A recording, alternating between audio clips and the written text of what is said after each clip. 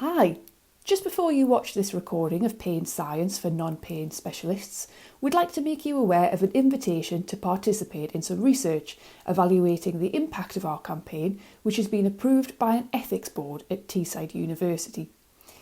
The research in this area is really important, so we'd be very grateful if you could take part. All you have to do is complete a short survey before watching the event. You can find the link to that evaluation below this video. Teesside University will then be in touch directly in the future to tell you about future participation. Thank you very much. Hello and welcome to Pain, Do You Get It? For non-pain specialists. My name is Felicity Thau and I'm a physiotherapist in both private practice and within an NHS pain service, as well as being part of the Flippin' Pain team. I'm also your host this evening, and I'd like to start by saying thank you so much for signing up in such huge numbers. We've had over 3,000 people sign up for today from a huge array of professions. So thank you for helping us spread the knowledge about persistent pain. Because ultimately, that's what Flippin' Pain is. We are a campaign aimed at flipping people's understanding of pain to help them live better lives. And a lot of what people think and believe comes from you, the professionals. And so let's make sure our messaging is contemporary and accessible and most of all, helpful. And so to our event. First up, we have a presentation from Professor Cormac Ryan, who I will introduce momentarily. And then we have a question and answer session with our panel, which is made up of a person with lived experience of persistent pain, as well as healthcare professionals from a medical, psychology and physiotherapy background. Please feel free to submit your questions into the box on the screen, and do make use of the thumbs up function so that we can see which questions are the most popular. Of course, you're all welcome to ask questions, but we'd like to prioritise those from non-pain experts, and so do put your job role in the question too. And so to the main event. I'm thrilled to welcome back Professor Cormac Ryan, who is Professor of Clinical Rehabilitation at Teesside University and our very own community pain champion. Huge thanks as ever for joining us, Cormac, and I'll hand over to you now. Thanks, Felicity. It's lovely to be here. Everyone is very welcome wherever you're listening from. You're very, very welcome. Gentlemen in the bath, we can see you. Your camera is still on. Only joking. We can't see you. All the cameras are turned off. Just sit back and enjoy. Next slide, please. So, pain is a huge problem. It affects 30 to 50% of people in the UK, and it accounts for up to 30% of the disability. Over the past 30 years, clinical guidelines have changed in their recommendations away from a biomedical approach to persistent pain towards a more biopsychosocial approach to persistent pain. However, that's not what's actually happened on the ground. Next slide, please. What we see is an increase in biomedical approaches to persistent pain. If we look at the slide on the left here, we see a 129% increase in opioid prescription in the UK in the past 10 to 15 years. Over a similar time frame, we see a doubling in spinal surgery for back pain. Why is this? Why do we see this huge increase in a biomedical approach, completely in contrast to what evidence-based guidelines want us to do? Next slide, please. To explore this, I'd like to give you a story from my own life. When I was a teenager, I had a long-term health condition, and my parents were really distraught. They didn't know what to do. They brought me to all sorts of consultants, and I was on all sorts of strong medications, steroids, etc., but nothing really worked. Then one day on the radio, my mother heard about a faith healer called Mary, who was over visiting Ireland from the United States of America. And she was touring around Ireland and doing her faith healing thing. And she was having excellent results. So my mother said, well, why not try this? So we all jumped in the car. Mary was appearing for one night only in the Spa Hotel in Lucan, which is the picture there.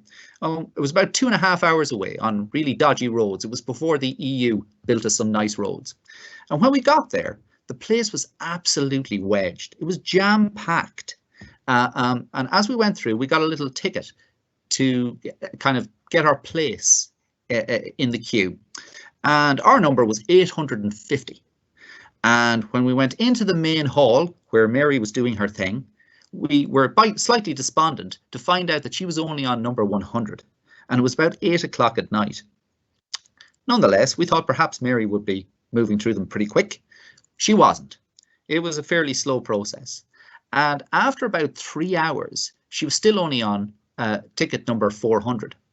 And it was at this point that my parents got a little bit edgy because they needed to get back to tend to the farm and my other siblings, indeed. And it was about 11 o'clock at night. So my mother gave me a little bit of a nudge, a bit of a shoulder, as mothers will tend to do, and said, just go and ask, see if you can be seen a little bit earlier. So I dutifully went over to the steward and I kind of said, look, I explained the situation. We've come a long way. We've been here for 3 hours, but unfortunately we have to leave. Is there any chance I can see Mary before I leave? So the steward listened, and then he asked the next steward, who asked the next steward, and it went all the way up to the stage where Mary's chaperone, obviously the head steward, the main man, received the message. And he looked down at me from the stage, from afar. And I can still remember his sort of piercing gaze as he looked.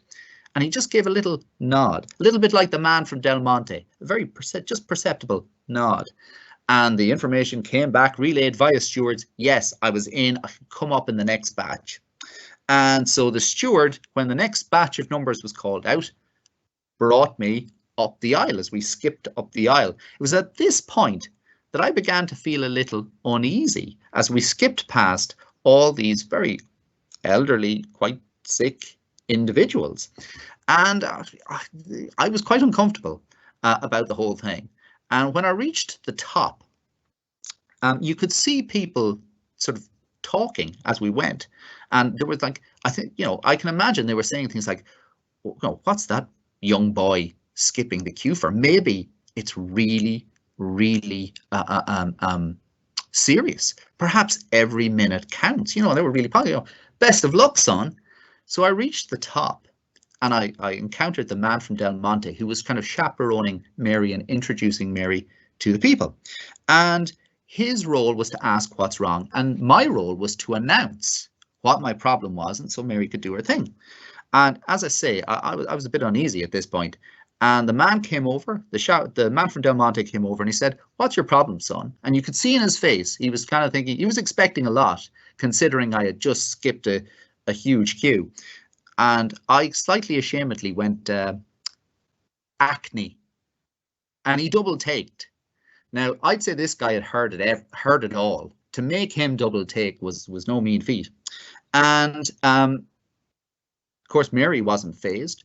She just went ahead and did her thing. And then we promptly got out of there before we were lynched by ticket holders 400 to 849. As I look back on that event, which clearly scarred me for life, a little bit like the acne, what I feel is that it really showed how important the public belief is in terms of the healthcare that we try and access. The Ireland of my parents' generation was very, very religious, and faith healers were not uncommon. They weren't frontline staff, but they weren't uncommon, especially in rural Ireland. And the logic of the belief system made going to a faith healer and expecting that to work a perfectly reasonable approach. Now, let's come to modern day you and your clinic. Think about the patients coming into you and their understanding of their pain. It's going to be heavily entrenched in a biomedical belief model. And that belief model will heavily influence the interventions that they seek. If you have a strong biomedical view, then the evidence-based interventions that we have, active physical and psychological therapies, they just don't make any sense. Things like mindfulness, exercise for disc degeneration, they don't make any sense.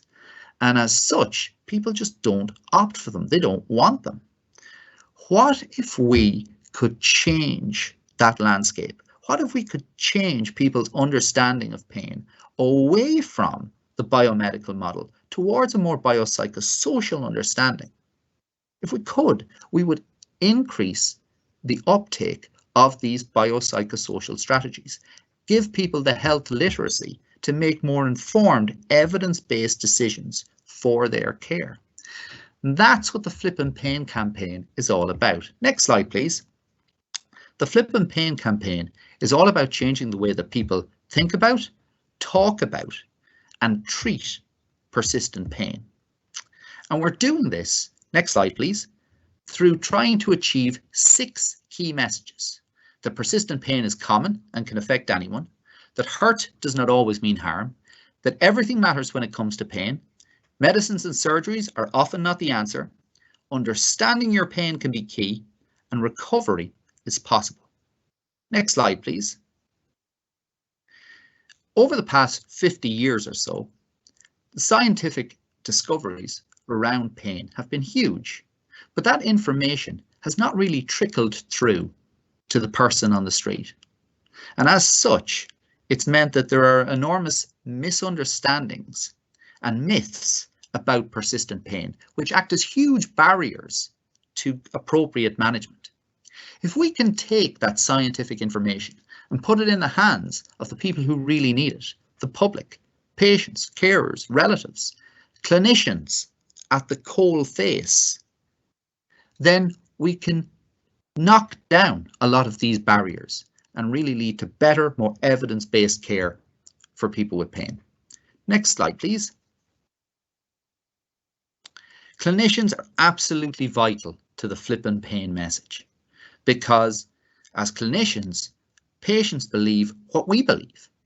We heavily influence that belief system with the educational material that we provide and the treatments and recommendations that we give. So we have a huge responsibility to be well informed and deliver clear and appropriate information to our patients. Next slide, please. And there's plenty of evidence that public health campaigns that target healthcare professionals can have a significant impact. So this is data from an Australian public health campaign run in the late 90s, focusing on back pain. And what they found was, even 5 years after the campaign had run, GPs were still more likely to make evidence-based recommendations as a result of the campaign. They were more likely to recommend people stay at work, stay active, avoid bed rest, and avoid unnecessary scans. This was a huge, huge impact. And the difference between that campaign and this campaign, that campaign was more about kind of giving people simple messages about what they should do. The Flippin' Pain campaign is about giving people the understanding about pain so they can make more informed choices themselves, not just what to do, but why you should do it. And we think that message is really, really powerful. Next slide, please. So the first key message that the Flippin' Pain campaign really tries to communicate is that hurt does not always mean harm. Next slide, please. And that's beautifully conveyed by this case study published in the British Medical Journal in 1995. This is a wonderful story. Well, perhaps not so wonderful for the guy it involves, but a very interesting story where a builder jumped from one platform to the next. And as he did, a 6-inch nail went up through his boot. He was in absolute agony. He was rushed to accident and emergency where they gave him some really strong medications like fentanyl, but it didn't take the edge off, did nothing. They brought him into the operating theatre, cut off the boot, and what they found was the nail had passed completely between the toes. This guy was completely uninjured. There wasn't a scratch on him, but he was in terrible pain. It's a perfect example of the disconnect and difference between pain and tissue injury. You can have terrible injury and no pain. And you can have no injury and terrible pain. That's a really important concept to get, that hurt does not mean harm. Next slide, please. But how is that possible?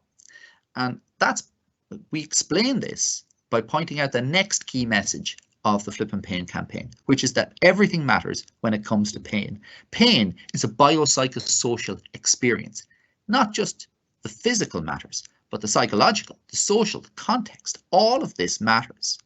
Now, the best way I think of to explain this is to not look initially at pain, but actually to look at our senses. I'm going to start off by talking about how our hearing works, because hearing is a biopsychosocial experience.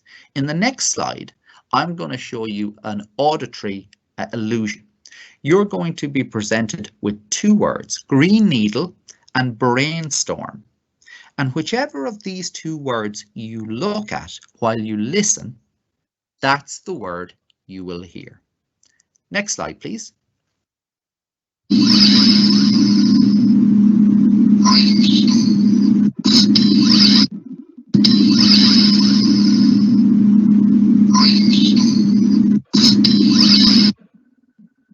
So you will only hear the word you're reading.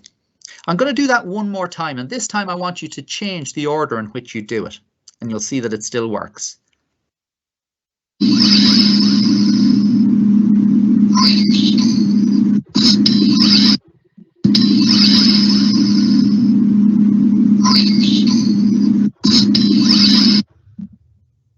So what you see directly influences what you hear. But the next slide will completely blow your mind. You don't even need to see it. You just need to think it. In the next slide, I want you to think either green needle or brainstorm. And whichever one you think is the sound you will hear. As you do it, it's really important that you concentrate on the word. It might help you if you have difficulty to mouth the word, to really get you to concentrate. But if you think of green needle, you'll hear green needle. And if you think brainstorm, you'll hear brainstorm. And you can just change halfway as we go. Next slide, please.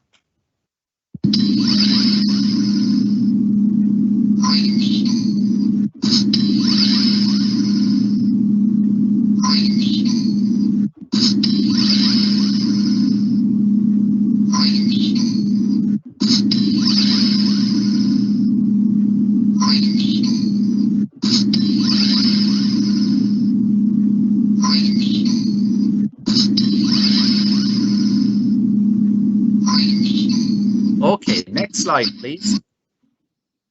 So what that shows is what we think directly influences what we hear. How is that possible? Well, it's all to do with the biology of how our hearing system works. So sound vibrations occur in the external environment that go in through our ear and stimulate sound receptors, which convert that sound energy into electrical energy, which travels up the auditory nerve to the part of the brain that deals with hearing. Now in there, I want you to imagine there's a little girl called Emer. And Emer is surrounded by thousands of jigsaw puzzle pieces.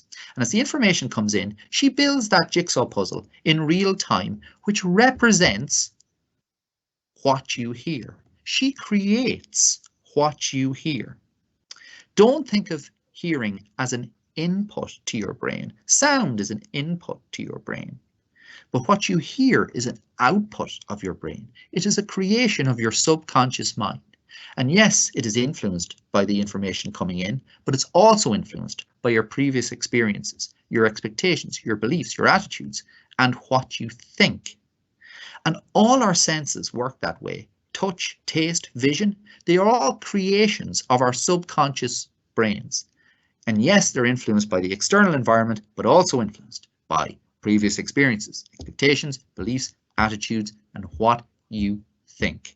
And pain works in the same way. I want you to stop thinking about pain as a marker of tissue damage. That is not what it is. Its purpose is to protect you. Start thinking of it as one of our senses, a protective sense. Start thinking of it as an output, creation of your subconscious mind, rather than an input. Next slide, please. So I'd like to introduce you to Assumpta. Assumpta is Emer's first cousin on her mother's side. Assumpta is our brain's department of health and safety. She is the part of our brain that decides whether or not we experience pain or not. So when she receives messages from our body, nociception or danger messages, saying danger in wherever the foot, our subconscious brain, Assumpta, asks, how dangerous is this really? And she weighs up the evidence. And she weighs up not just the information coming up, but also previous experiences, expectations, beliefs, and attitudes, and what we think.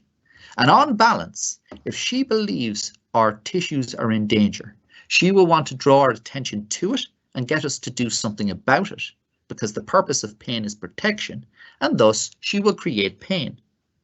On the other hand, if she believes that our tissues are not in danger, that they're safe, she will not want to draw attention to it, thus she will not want to get something done about it, and thus she will not create pain.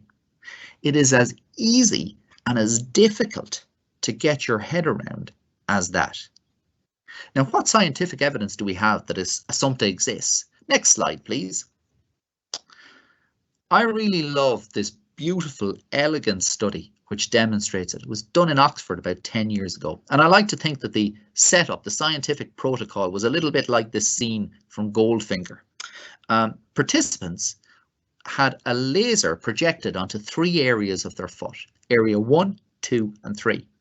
At the start of the study, the laser was projected onto area 1, and all the researchers in the room went, yeah, that's perfect. We can use area 1. That's perfectly safe for the rest of the study. Then they projected the laser onto area 2, and they all went, ooh, no, don't like the look of that. That's really unsafe. That the skin is very thin there. There could be a burn. We can't use that area for the rest of the study.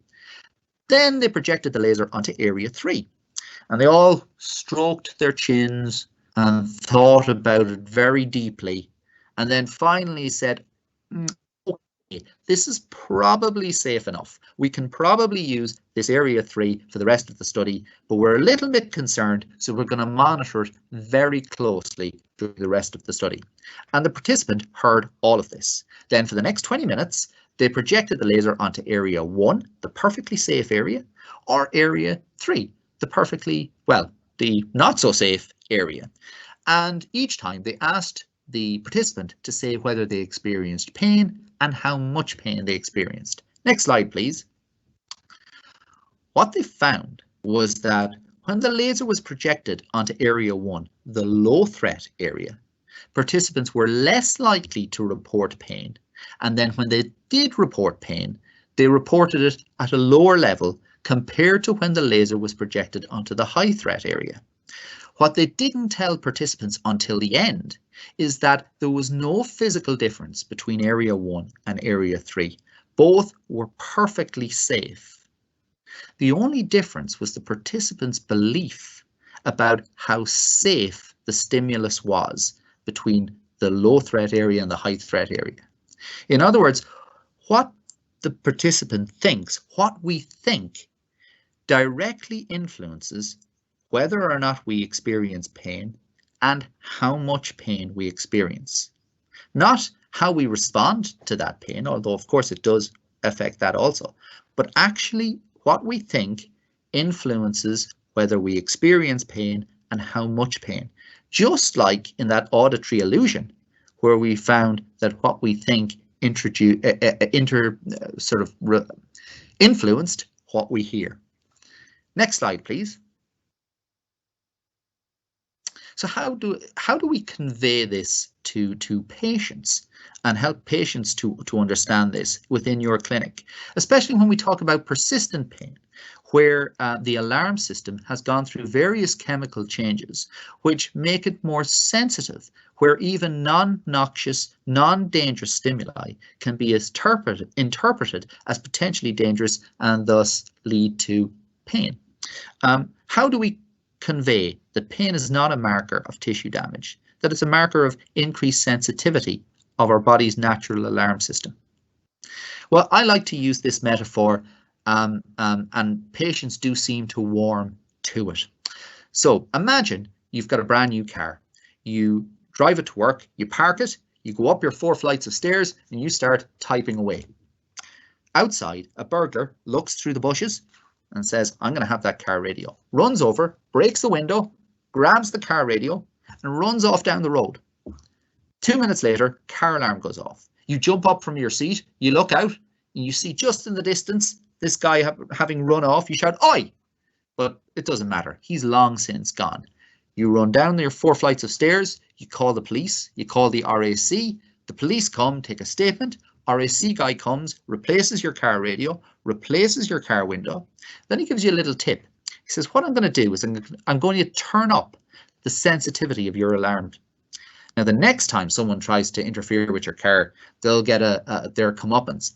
You say, thank you very much. Off he goes. You go back up your 4 flights of stairs and you start typing away. Now, meanwhile, the same burglar looks back through the same bushes and goes, wonderful, I'm going to have that car radio as well. He runs over to your car, but as soon as he touches your car, the alarm system goes off. He gets spooked. You jump up from your seat, you look out your window and you shout, oi! He runs off. You run down your 4 flights of stairs and you're delighted to find that your car is in pristine condition, completely undamaged. The sensitized alarm system has done a brilliant job in protecting your car. You turn off the alarm, but you leave the sensitivity right up because it's doing such a wonderful job protecting your car. You go back up your 4 flights of stairs, you start typing away. 2 minutes later, car alarm goes off. You jump up, look out your window, and you see that an elderly couple have just passed by your car and glanced off it walking. Your car was in no danger, but it was enough to set off the car alarm, and it sounded just like it did when the window was broken. You run down your 4 flights of stairs, you turn off the alarm, but you leave the sensitivity right up because it's doing such an awesome job protecting your car. You go back up your 4 flights of stairs, you start typing away. 2 minutes later, car alarm goes off. You jump up, you look out, and there's this huge pigeon sitting on your car. Now, it's obviously a deaf pigeon because the alarm hasn't scared him away, but he's set off the alarm. You need to go back down your 4 flights of stairs, you shoo him away, you turn off the alarm, but you leave the sensitivity right up because your car is safe and it's doing a wonderful job, that alarm system. You go back up your 4 flights of stairs, you start typing away. 2 minutes later, car alarm goes off again. Your problem is no longer that burglar. It's no longer the car radio being stolen or the broken car window. The problem is the sensitized alarm system. And whilst it is doing a wonderful job protecting your car, it is so sensitive that it's stopping you from doing all your usual daily activities because it keeps going off, and it is essentially ruining your day and stopping you getting on with your life. And patients seem to immediately grasp and relate to that, the idea that they have a sensitized alarm system, that their persistent pain is due to a sensitized alarm system. And it helps them to understand how normal everyday activities can be sore. Next slide, please. So as healthcare professionals, if we give positive, accurate information, we can actually help to reduce the sensitivity of this alarm system. If we give negative, inaccurate information, we can fan the flames and increase the sensitivity of this alarm system. Next slide, please. The most beautiful example of this is with scans. If we take the example of back pain, when we scan someone with back pain, we statistically increase the likelihood of they're going to have a poor outcome. I'm going to say that one more time. When we scan a person with back pain, we statistically increase the likelihood they're going to have a poor outcome. How is this possible, considering the scan is pretty benign? It's all to do with how we convey the information. Think about it. You're a 50-year-old guy, goes to a healthcare professional, says, got some back pain, says, yeah, okay, let's have a scan. Comes back and he's told about the scan results and he said, oh, you've got some degeneration there. what does he think? How does his thinking change? How does that feed into Assumpta and how she balances things up? If I've got a degenerative condition, is it going to get worse and worse? Am I going to end up in a wheelchair? Am I going to lose my job, not be able to support my family? All very, very dangerous things. And that's naturally going to influence the alarm system and lead to a poorer outcome. Now, what we don't tell our patients, and we should, is the wider picture. And this table here really neatly demonstrates that wider picture. So this is a table of imaging findings in the different age categories for people who are asymptomatic, who have absolutely no back pain whatsoever. And if we look at the 50 category highlighted, what we see is that with regards to disc degeneration, 80% of people with no back pain whatsoever have disc degeneration. It's simply a coincidental finding. These are the normal kisses of time, the normal age-related changes.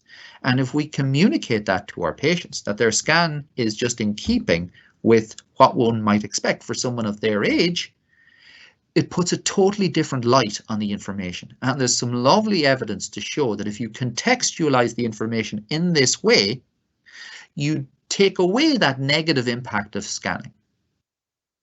It's really, really important how we convey that information to our patients.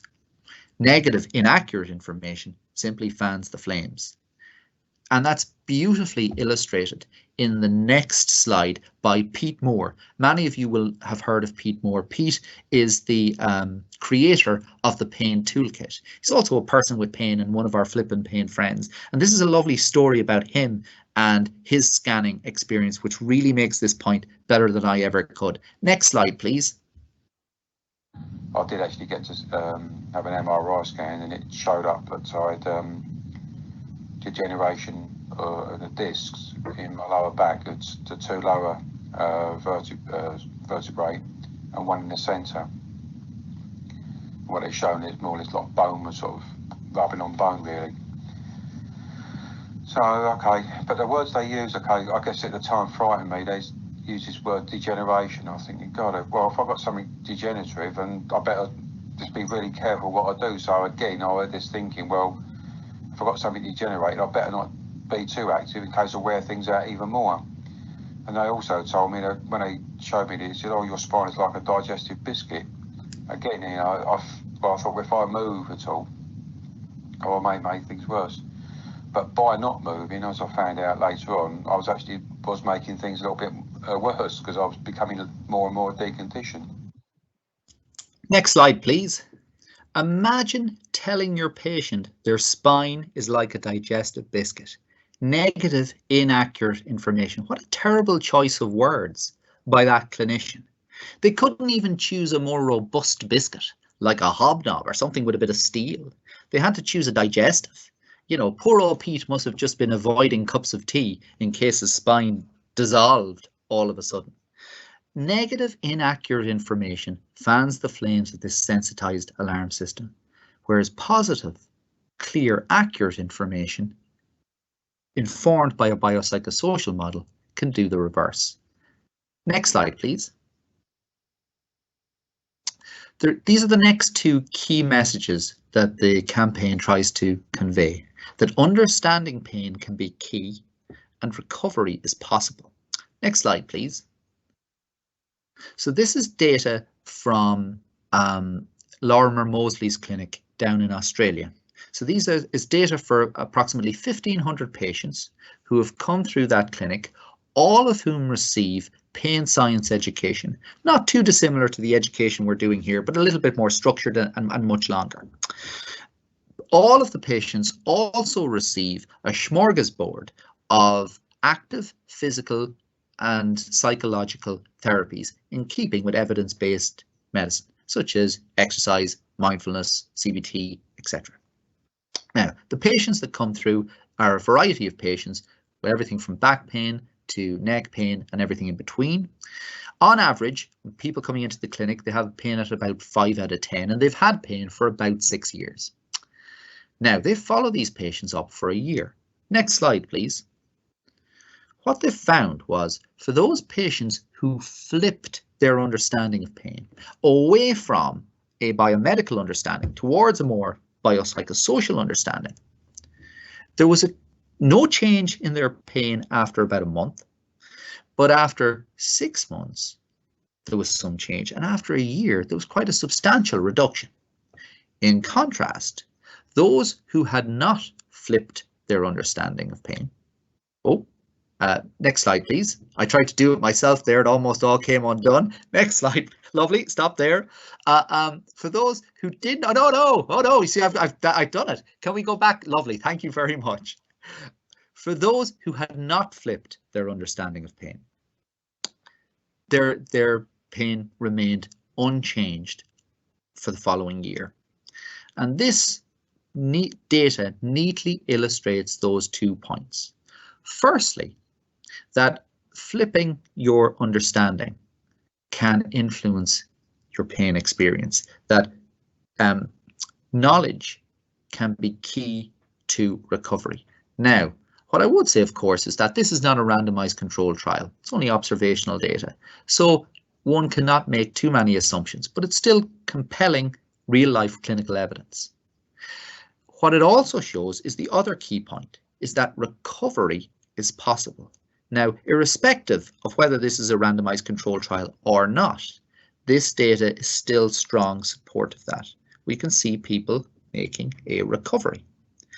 And it's this piece that I'd like to stay with as we move on to the next slide.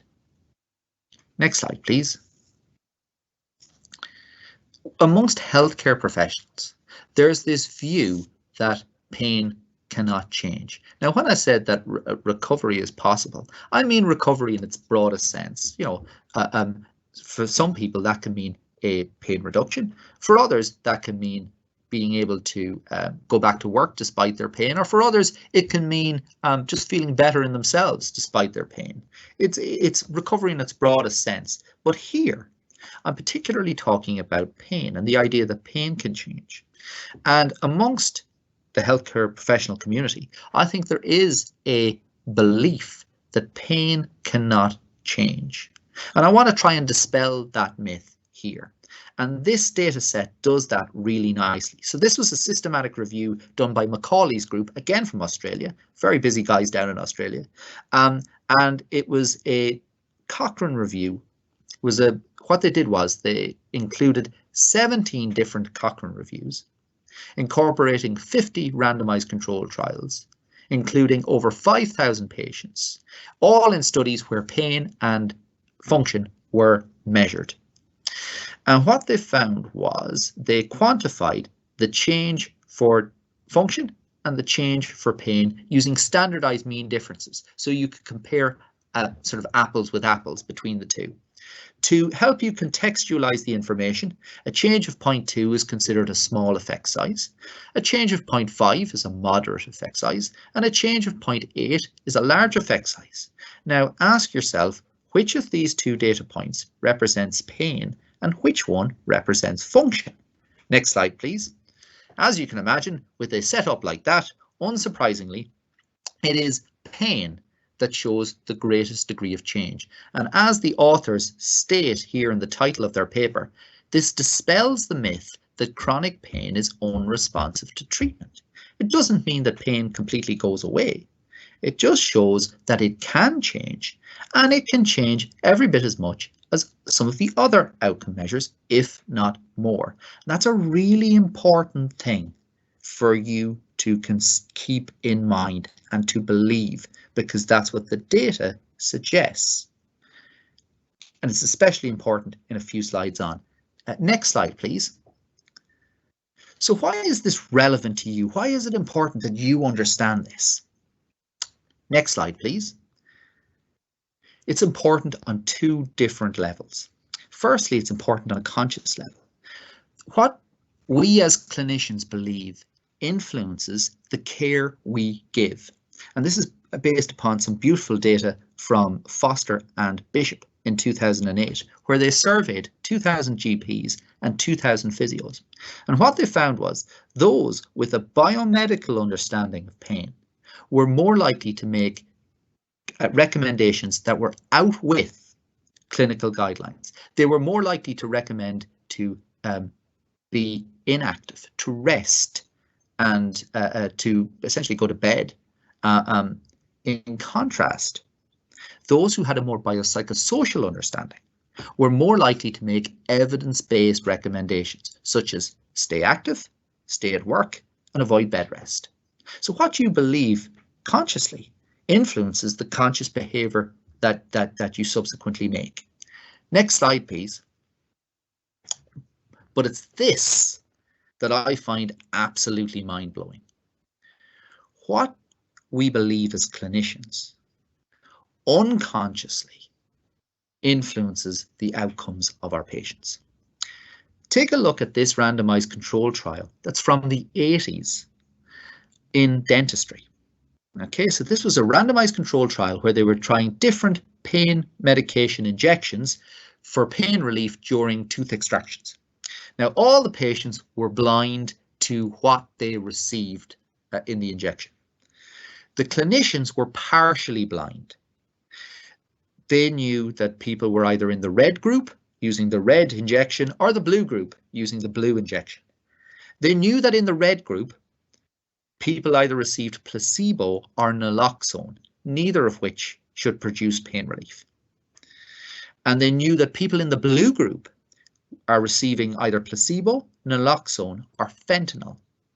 And only the fentanyl should produce some pain relief there. So the people had a 1 in 3 chance of getting pain relief there. Now, the clinicians did not know exactly what was being injected, but they knew those options. Now, if we look at the data, what we see is, as expected, those in the red group, their pain levels increase in the hour after treatment, as one would expect if you're not expecting relief from the injection. In contrast, those in the blue group, as expected, we see some relief, as one might expect if there was a 1 in 3 chance of improving. Now, here's the key piece of information. In that data set, everyone received a placebo injection. The only difference was the clinician's belief in the potential success of the intervention. In the red case, they believed there was no chance of relief. Sure enough, no one got any relief. In the blue group, the clinicians believed that there was a 1 in 3, there was some chance of relief. And sure enough, people did see some relief. But there was no difference in what people actually received. We as clinicians heavily influence the outcomes of our patients unconsciously. Exactly how, who knows? But just think about that for a minute. If you believe that pain cannot change, then you're immediately harpooning the effect of whatever intervention you deliver. If you believe that people cannot recover, then you immediately harpoon the chance of them recovering. Your beliefs are every bit as important as the beliefs of your patients.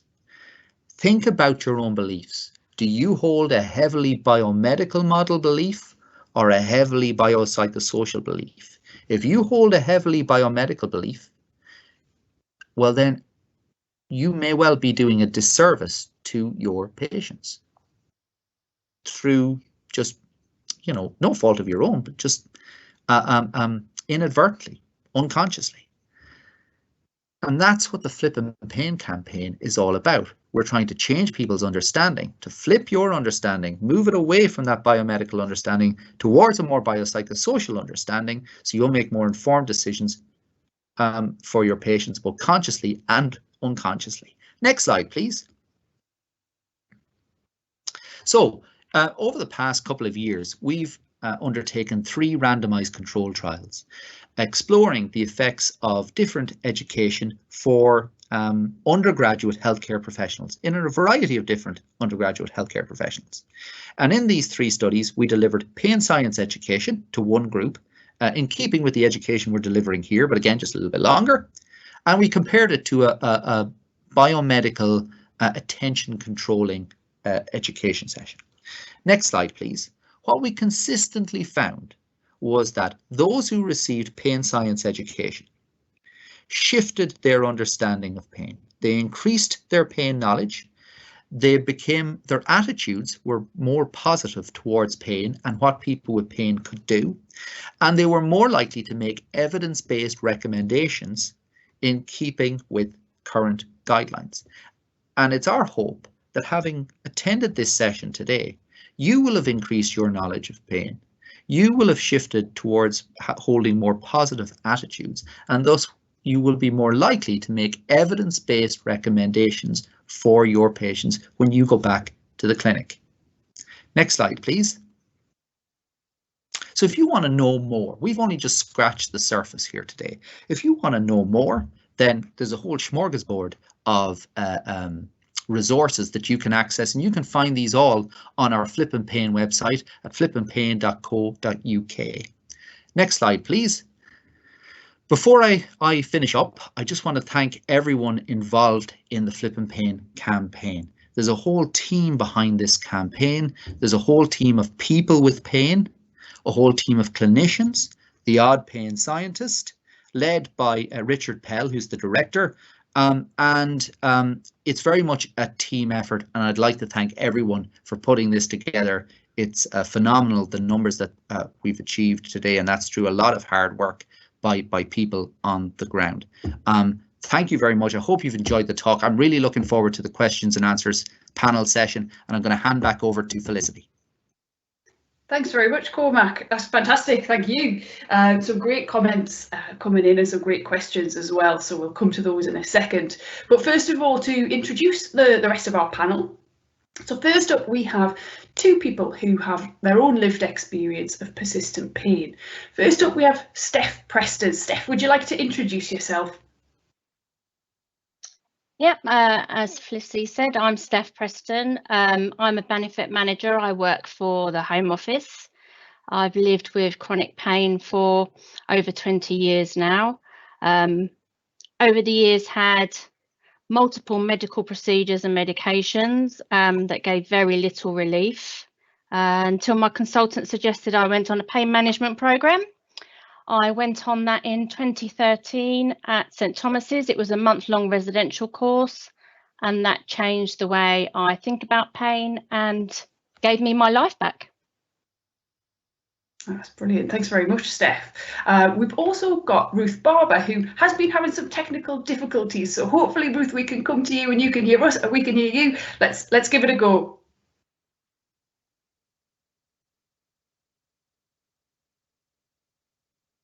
I can't hear you, Ruth, so I may, if we can come back to you, we'll let you know, but if not, we'll move on to Jackie, who is a physiotherapist and researcher. Jackie Walumbe, would you like to introduce yourself and your work? Hi everyone. I usually just use those sentences that you said about me, so I have to expand on that a little bit. So I'm a physiotherapist and I work with people who have complex presentations of pain. They don't have to be persistent. It can be an acute presentation, but in a complex way, and I do that in a teaching hospital in central London. And I am also doing research on this idea of self-management of chronic pain, using qualitative methods and focusing on policy as well as practice. Brilliant, thanks very much, Jackie. Dr. Richard Macon is up next. He is a consultant in pain management and anaesthesia. Richard, would you like to introduce yourself further?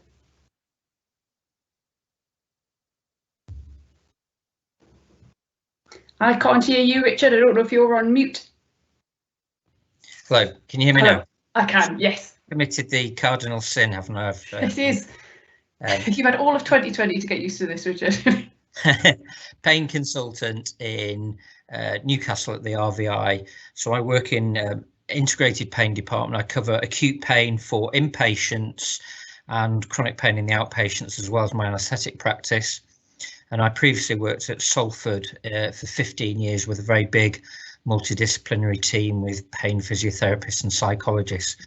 And I'm hoping to continue that practice up here and also look at how this rehab model can also work in cancer survivors as well as musculoskeletal pain as well. There are a lot of transferable messages.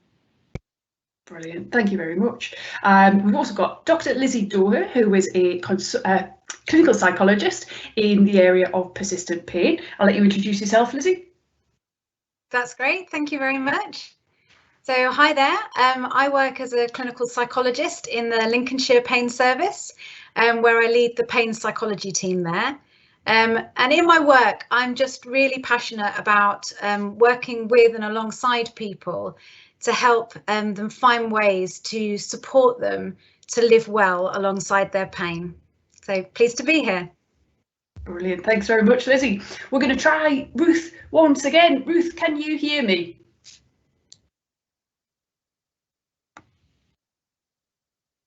I think we're going to try a telephone option, so I'll let you introduce yourself, Ruth, if you can hear me.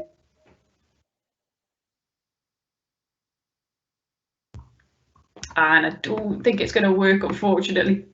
Unless you're there, Ruth. I'm here. Can you hear me? I can, yes. Yay! So apologies for my technical difficulties. So my name's Ruth Barber. I'm a person who lives with persistent pain like Steph. I had a very minor injury that was about 16 years ago. That minor injury, though, quite major consequences. I now live with a constant sensation of hot barbed wire around my thigh, my hip, my pelvis.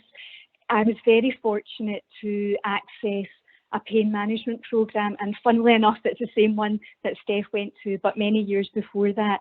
And I've lived successfully with pain for the last 14 years, and I manage that pain with the skills that I learned and lived my life well.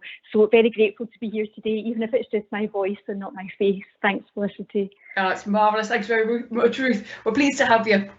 So thanks very much to the panel. We've got loads of questions coming in. I'm going to start with one for Cormac, but we may come to other people as well. A popular question from Pete.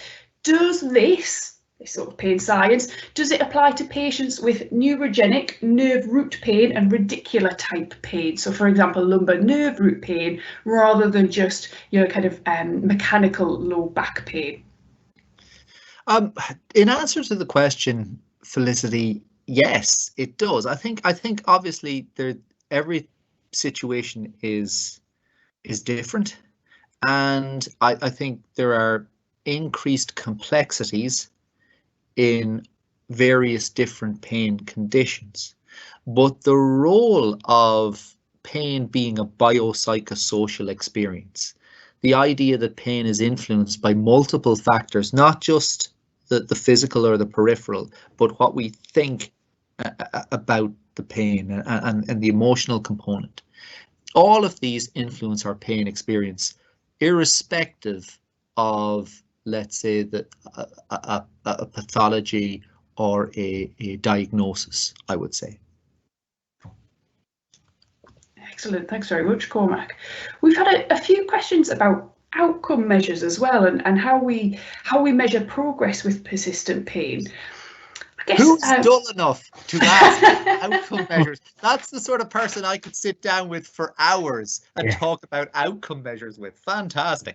There has been a few people asking about that. I know that Lizzie, I'll come to you first of all, and also Jackie had some information about outcome measures too. Yes, hi there.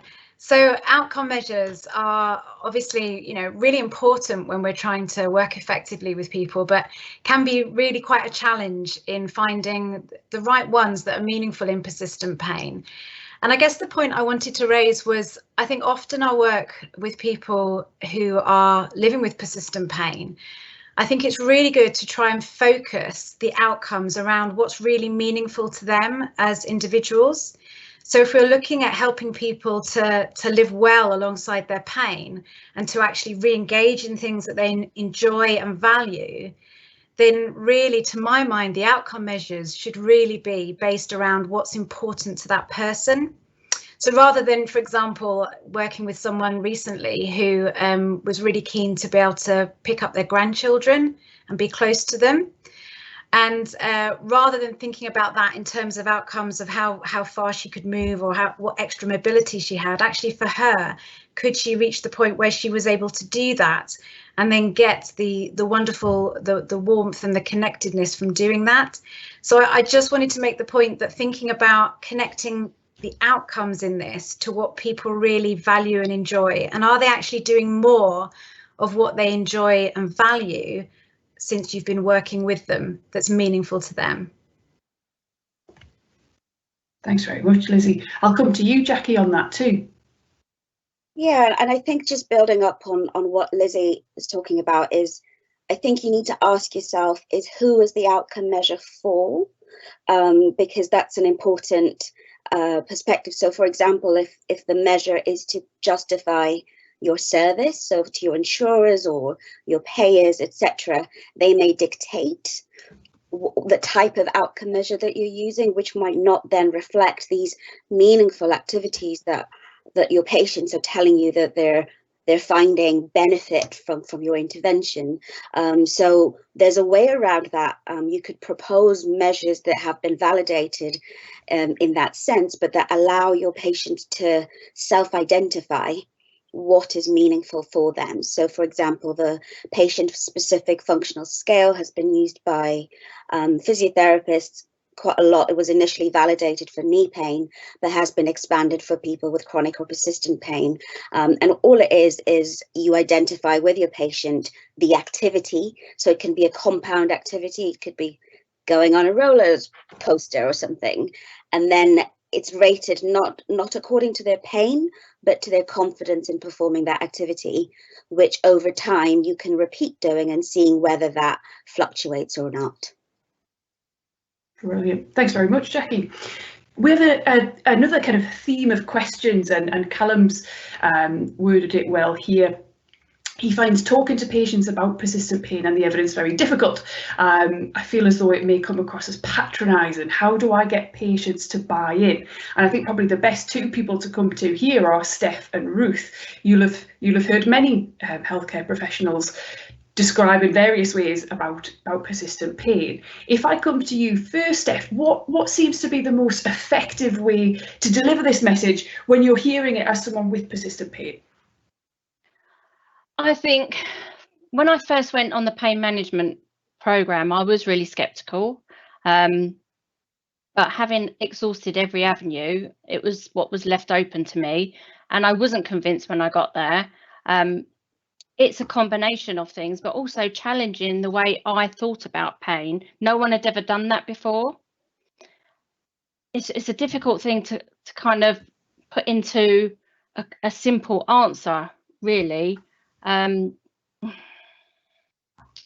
don't know if Ruth would think any differently.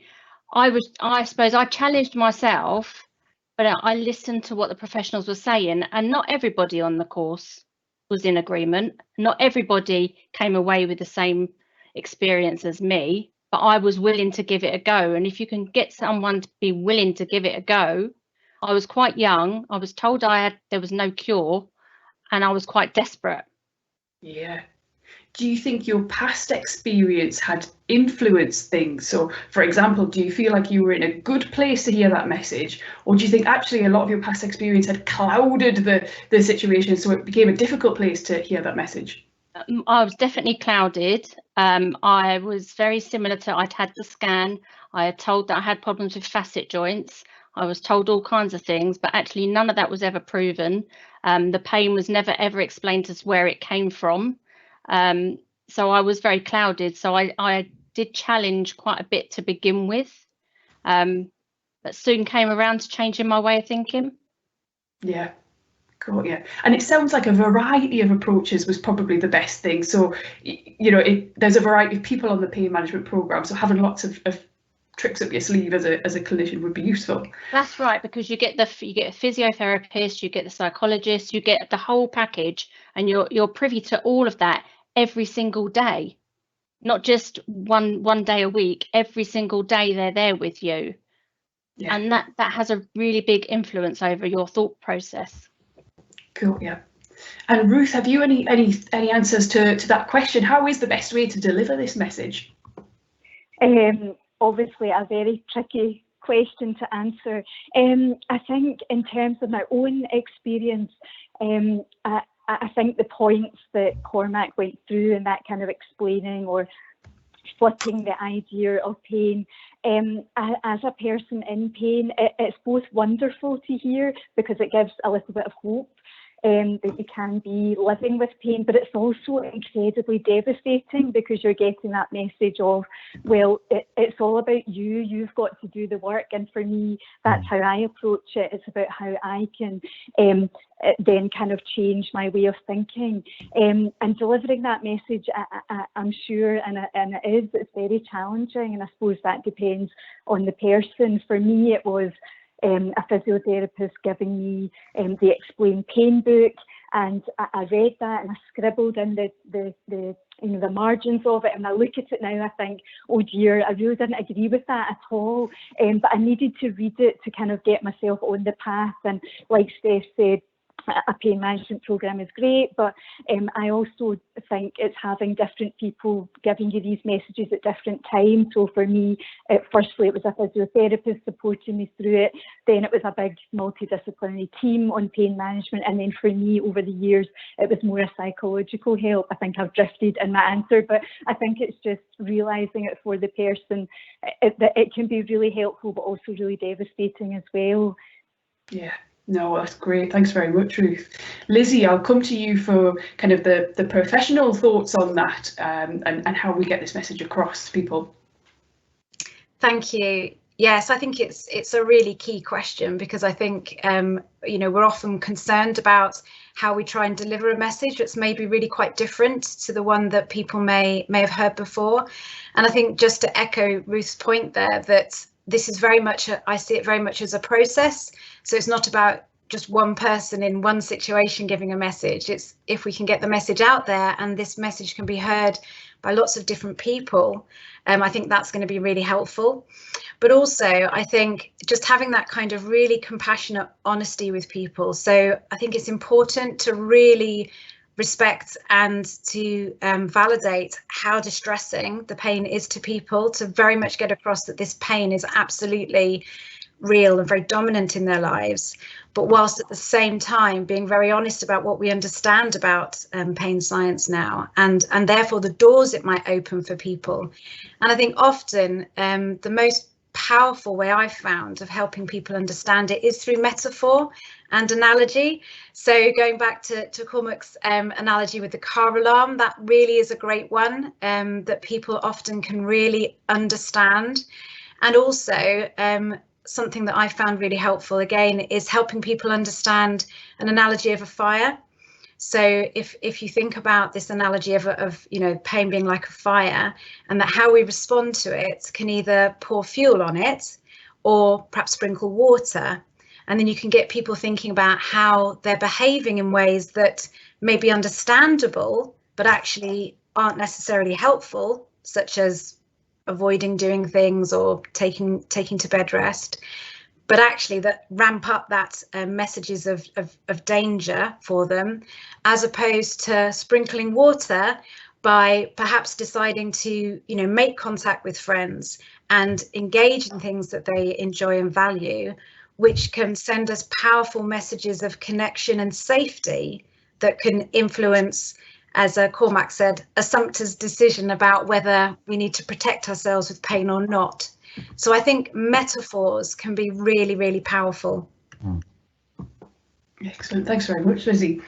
I'll come to you, Richard. We've got questions about people who've had experiences before where they feel like they've been told they're perhaps imagining the pain. Now, you're a pain consultant, and I know you're very much of the ethos that we're talking about today, that often medicines and surgeries aren't the answer. I imagine people come to your door thinking that maybe perhaps that is the answer. How do you manage that, and how do you manage talking to people about the biopsychosocial stuff, which sometimes chimes with people as this guy's saying it's all in my head? How do you manage that?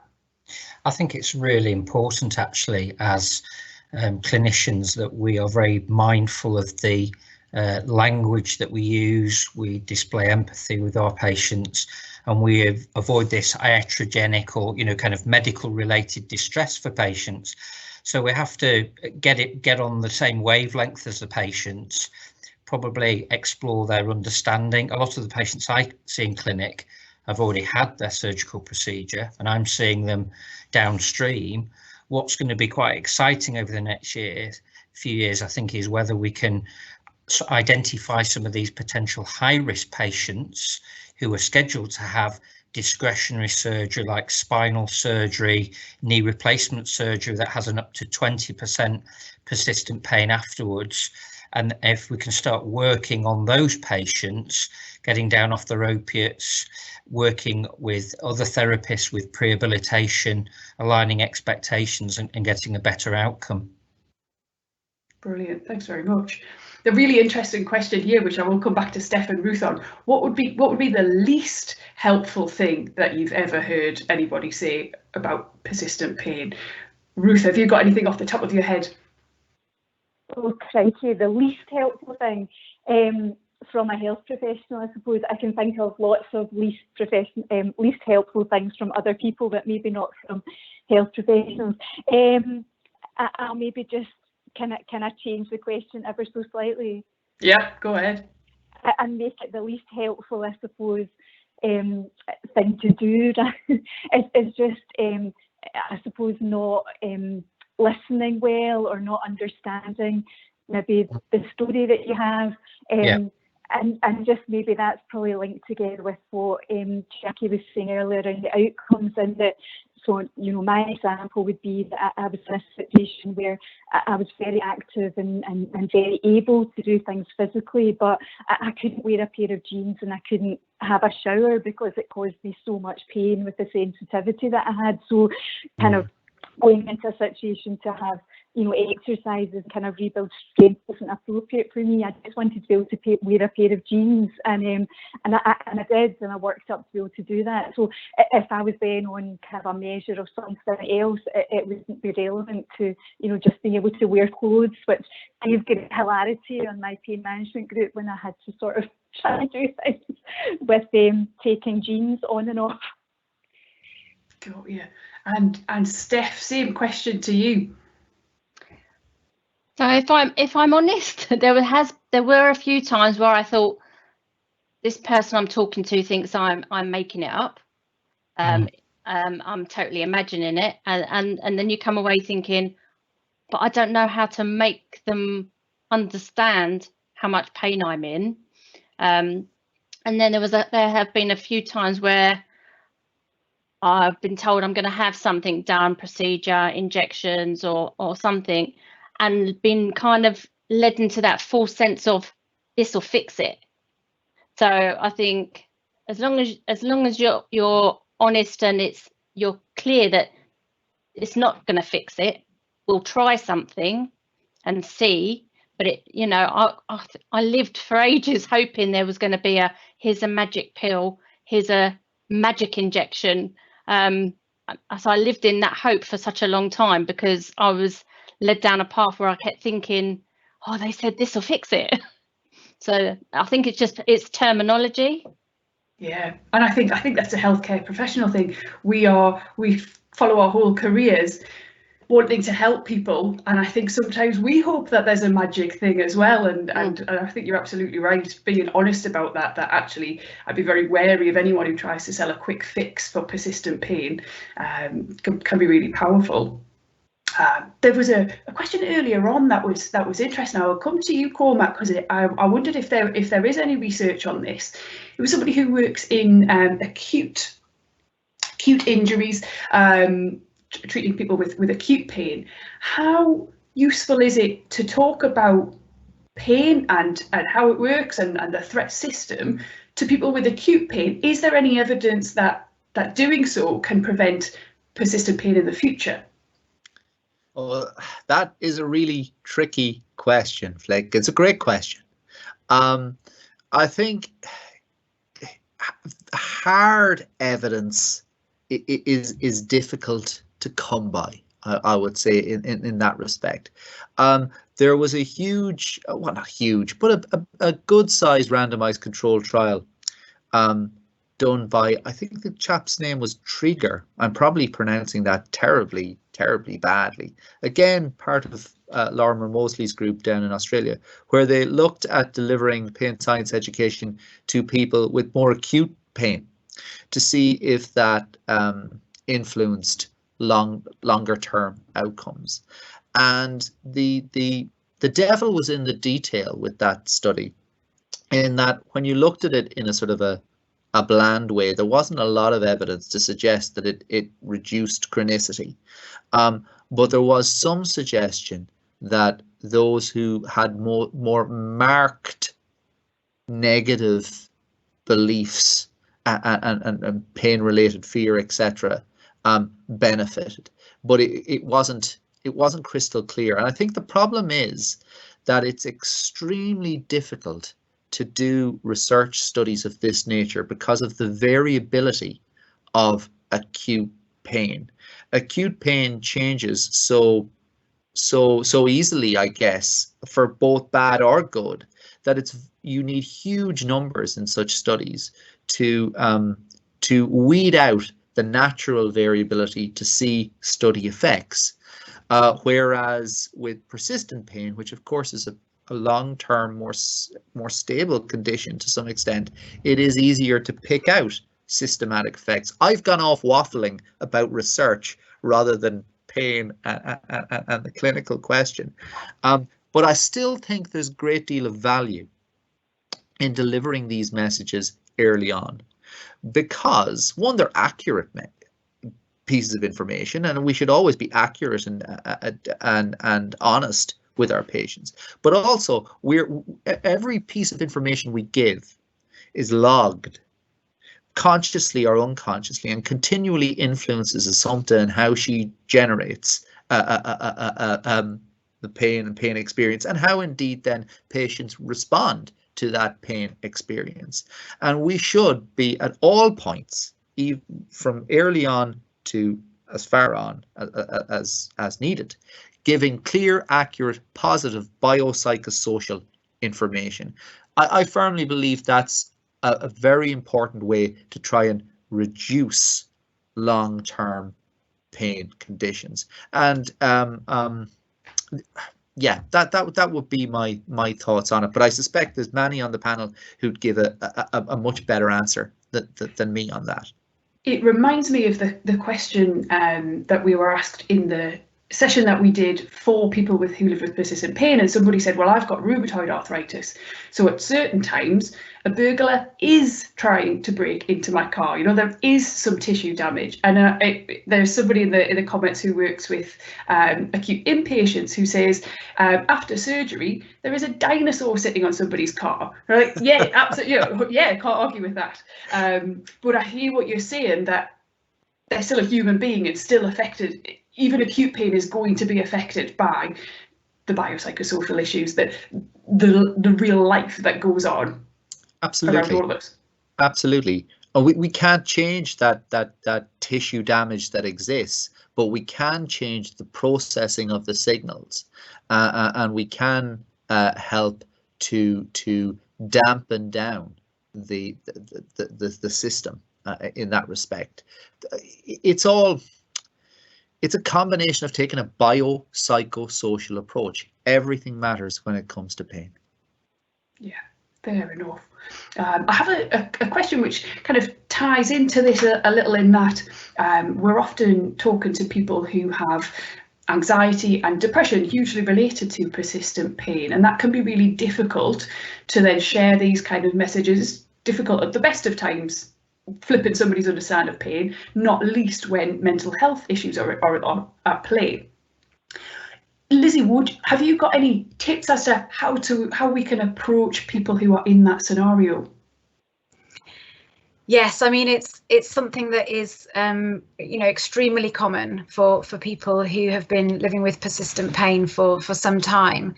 Understandably, it affects their mood, particularly if they have maybe limited the amount that they're then doing as a result of their pain, which is obviously something that we try to work on reversing for them. But I guess the first point to say is that trying to take on board new ideas, new ways of seeing something, that might be really quite challenging if somebody's mental health is really not in a good state. So clearly getting some support for intense mental distress is really key. But if somebody is anxious or low, but actually it's not so extreme that we can't try and work with them, then I think it's really important to think about how, if we think about someone who's really quite anxious, their threat system is really working overtime. And if we think about that in reference to what Cormac was talking about, and this sensitized system that is producing pain to protect, well, being in that threat system is going to absolutely feed into that sense of there being danger that a sumpter is using to decide whether to produce pain or not. So I think actually sometimes people who are really quite anxious can really understand how that could be affecting them. And if you can start talking about it in that way and help them make that link, then often you can ask them, have they got experiences from their own life where they've noticed that maybe their pain ramps up more if they're in quite a difficult situation or feeling particularly anxious. And if people start to make their own links in their own life, that can often be the most powerful learning for them in terms of the message that we're trying to help them understand.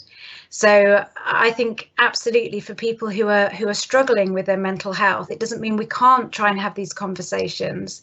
And of course, if we can have them as healthcare professionals in a really warm, empathic, kind way, then actually just doing that alongside them will help to give them that sense of safety and will help with that threat system. So it can be very powerful. Brilliant, that makes sense. And I think sometimes when people are living with anxiety is in itself part of that threat system, isn't it? And I sometimes find it's easier to talk to someone who has experience of anxiety when they're in a completely safe position. They're lying in bed trying to sleep, comparing that to pain. You know you're absolutely safe taking a walk, much like you're absolutely safe in your bed, but your body systems are telling you otherwise, and it's to do with the way your nervous system is working. Oh, that's brilliant. I'd really like to come to Jackie and kind of pick your brains, because your doctorate research is about self-management, and I have multiple questions from people who are saying, brilliant, pain management programs sound fantastic, but I'm in outpatients and I've got 20 minutes with my patients. How do we fit some of this in? And I guess the answer is probably in education and self-management. Would you like to share some of your work and discuss your tips on self-management for people? The worst thing you can do is ask a doctoral student to share the research. But yeah, so I think the first thing we have to kind of be clear about is we commonly conflate pain management and self-management, and we're not always clear about what we're talking about when we talk about either. So I think that if someone says, refer to pain management, that could be any number of clinicians or practitioners out there. So I think the first stage really, I think, is for me, is really understanding the person in front of you and their narrative, and really they're telling you what their concerns are and where your role might be. And then it's a matter of, I suppose, imparting some kind of information that you're privy to that might help them support themselves on a day-to-day basis. Now, the issue we have, because of this different understandings of the term self-management, it's really hard to then support practitioners in supporting patients with self-management, because for some people, self-management is, you're really complex, maybe don't be in my clinic or see someone else. For other people, as well, there's nothing else we can give you. You need to live with it. You need to get on with it, which a lot of people have experienced. And then there's that kind of really supportive way of thinking about self-management is, I physically can't be in your life the whole time. You are in your life the entire time. You've got insights that I'll never be privy to. And I really like that message of everything matters when it comes to pain, because the everything is everything else that's going on in their lives. So self-management to an individual might include stuff that you've not even thought of. It might be a walk by the beach, which has nothing to do with walking. It might be about the environment. It might be taking things that you might not agree with. It might be drinking herbal tea. You know, it might be visiting a chaplain or a religious elder or a family member. So there's, I suppose the final point with my rambling is that self-management has been constrained to this version of pain management, but it can be so much bigger to allow some of these other parts of a person's lived experience in their society to help them hook what works for them. Brilliant, thank you very much. I want to come as well to talk a little bit about kind of acceptance when it comes to this self-management, because a few people have said when you ask somebody, how can I help you with persistent pain, often the answer is I want you to take the pain away. Now our last message is recovery is possible. I'd love to ask Steph and Ruth what recovery looks like to you. Do you feel like you are recovered? And within that same question, do you still live with persistent pain today and on a daily basis? What does recovery look like to you, and kind of how did you get to a feeling of, yeah, I feel like I can talk to other people about my experience because I feel like I'm at a place where I can? I'll come to Steph first, if that's all right. I do feel recovered, if I'm, because I have a really good life now. As before, I have what I would call half a life, so I wouldn't go anywhere because there'd be fear of like, what if I can't get a seat? Oh no, let's just not go. So that links in with, there was a lot of anxiety about doing anything, because it all linked into pain.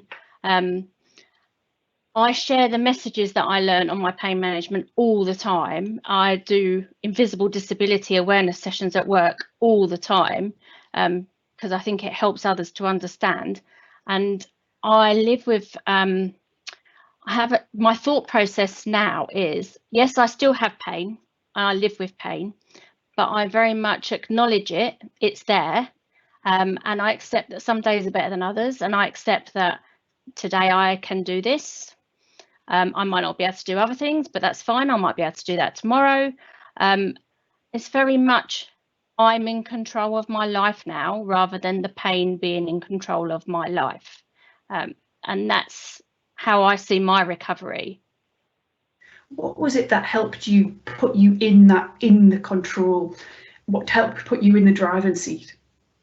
So on one day on the course, I was doing some stretches and things with the physio, and I was having a particularly bad pain day, and I said to him, I can't touch my toes today, I really can't bend down and do that, it's really hurting. And he turned around and said to me, do you need to do that? Do you need to do that every day for your life? And I said, well, no. And he said, well, why are you doing it then? And I said, because you told me to do it. And he said, but it doesn't make any difference, it's not going to help you. And I went, no. You went, well, don't do it then. And it was like all of a sudden he gave me the power to make those decisions for myself. And I came to the realization, okay, so this is what is important to me.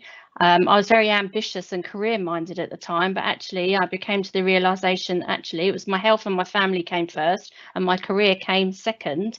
And I just kind of took charge of everything from that moment.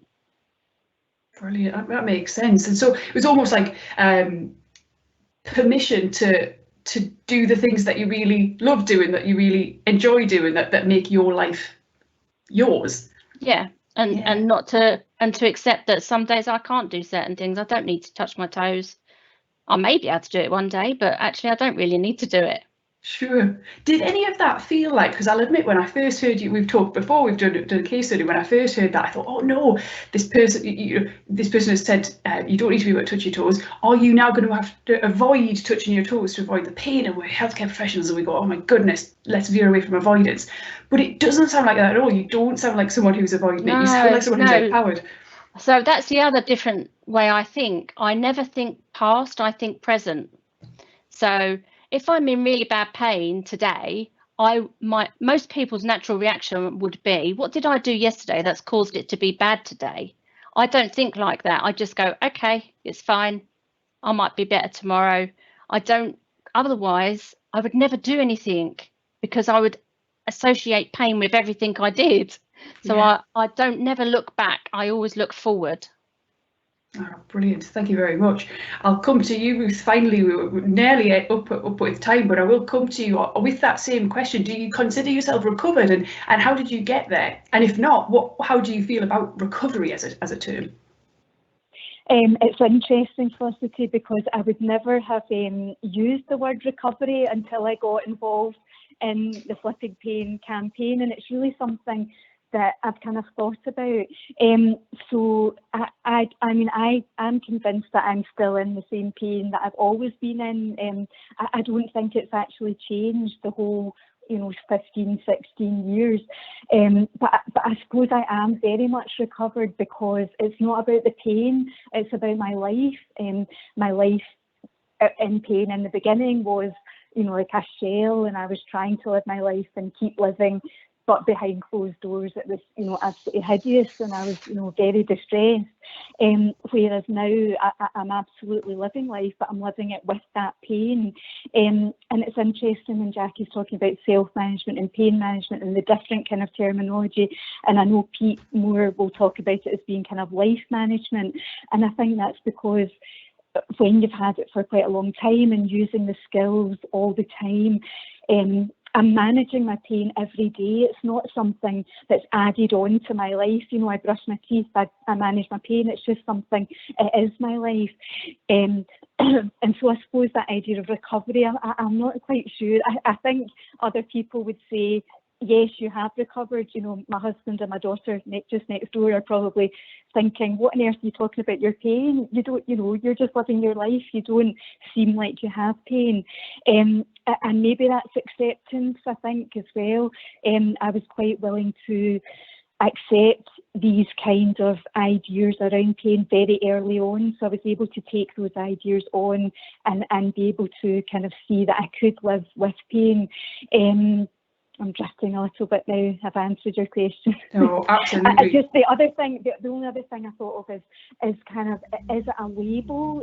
So sometimes I kind of feel like, I do live with pain, so do I need that label to live by? Or do I just live my life and no one needs to know that I have pain? And I don't know the answer to that question when you're quite far down the journey. All I know is that the skills that I learned and the help that I got really did enable me to live a life that I do live very well. And that's making me quite teary, so I'm glad that you can't see my face. Oh, no, that makes a lot of sense. And thank you so much for sharing that. I think it ties in with a comment that we've received in response to Steph's comment, and certainly yours as well, Ruth, that there's a few kind of penny drop moments in how I talk to my patients, and it really is about empowerment, and it really is about your life, rather than, as where we started, which was, how do we just get rid of the pain? Well, maybe the question is actually, how do we help you live your life, the life that you want to live? And it is very empowering. I'll just, if I can, give a very, Absolutely. very brief example.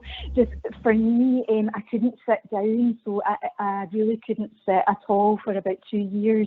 And when I then sort of started to focus on that with help, obviously, I could sit for 40 seconds. That was all I could sit for that was comfortable for me. And I'd forgotten about this, but somebody had asked me about it yesterday. And I looked back at the kind of pacing sheets of how to build up from 40 seconds up to 10 minutes.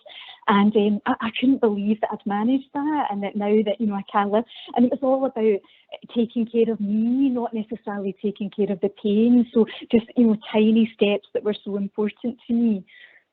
Brilliant. No, thanks very much, Ruth. Thank you. And with that, I must thank all of the panel, because that is all we have time for. Thank you, everyone who's come along. Thank you to everyone who's contributed with questions and comments. We hugely appreciate it. Let me draw your attention to our website, www.flipandpain.co.uk, which is where you'll be able to re-watch this event afterwards, most likely from tomorrow. You can also email us if you do have any feedback, if you want to talk to us about potential ideas for future events. We are at info@flipandpain.co.uk, and you can follow us across the board on social media at flipandpain. Just a final reminder to keep an eye on your inboxes if you completed the pre-event questionnaire. Teesside University will contact you directly, so keep an eye out for those in 3, 6 and 12 months, and thanks in advance for all of your help with that. And that is it from me and the panel. Thanks so much to everyone. Have a great evening.